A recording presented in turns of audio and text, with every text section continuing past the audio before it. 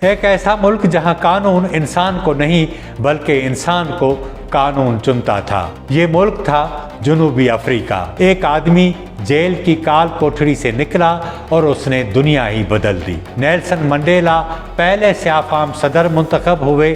Mandela کے صدر بننے سے پہلے 1993 میں ایک عبوری آئین بنایا گیا۔ انتخابات کے بعد پارلیمنٹ ہی آئین ساز اسمبلی بن گئی۔ یہ دنیا کا پہلا آئین ہے جسے آئین ساز اسمبلی سے پہلے عوام کی رائے کو شامل کیا گیا۔ پورا ملک اس کا حصہ بنا۔ 20 لاکھ سے زیادہ لوگوں کی تجاویز آئیں۔ 10,000 کمیونٹی میٹنگز ہوئیں۔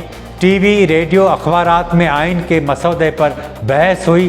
یہ وہ آئین تھا جو عوام نے خود لکھا، اسی لیے اسے عوامی آئین کہا جاتا ہے۔